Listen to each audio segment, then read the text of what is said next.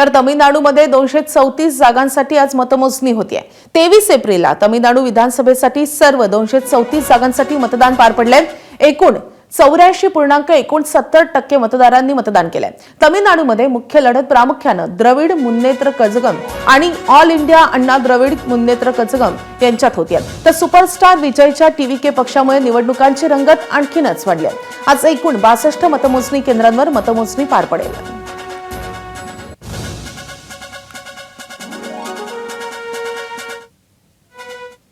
तिकडे केरळमध्ये डाव्यांची हॅट्रिक की काँग्रेस बाजी मारणार याकडे संपूर्ण देशाचं लक्ष लागलंय।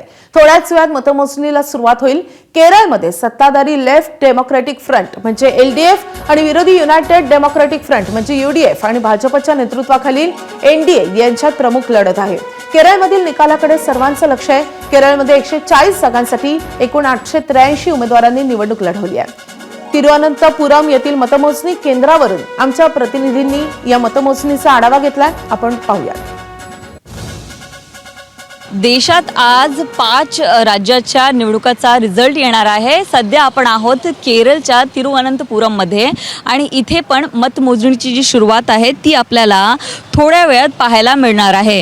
आपण इथे पाहू शकता तिरुवनंतपुरम मध्ये 14 जे आमदारकी क्षेत्र आहेत ते आहे आणि सगळ्यांची काउंटिंग जे आहे ते इथे होणार आहेत आणि पोलीस बंदोबस्त पार्टीचे जे नमूद कार्यकर्ते आहेत ते इथे आपल्याला पाहायला मिळत आहेत। निवडणूक आयोगचे जे अधिकारी आहेत ते आतमध्ये आहेत आणि या पूर्ण परिसरमध्ये जे 14 आमदारकी क्षेत्र आहेत त्याचं इथे काउंटिंग होणार आहे। केरळमध्ये सध्या यूडीएफ, एलडीएफ आणि एनडीए यांच्या एकमेकांचा जे चुनावी कॉम्पिटिशन आहे ते पाहायला मिळत आहे। पण आफ्टर एक्झिट पोल जे यूडीएफ आहे म्हणजे जे काँग्रेसचा एक कोएलिशन आहे त्यांचा आत्मविश्वास वाढलेला आहे आणि सध्या त्यानंतर आता जे काँग्रेसचे निवडणूक कमिटी आहे त्यांचे लोक जास्त आपल्याला इथे पाहायला मिळत आहे। तर काही मिनिटात इथे जे काउंटिंग आहे त्याची सुरुवात होणार आहे। आपण हे दृश्य पाहत आहोत तिरुवनंतपुरमच्या काउंटिंग सेंटरमधून। कॅमेरा पर्सन आसिफ खानसह नम्रता दुबे, एबीपी माझा, केरला।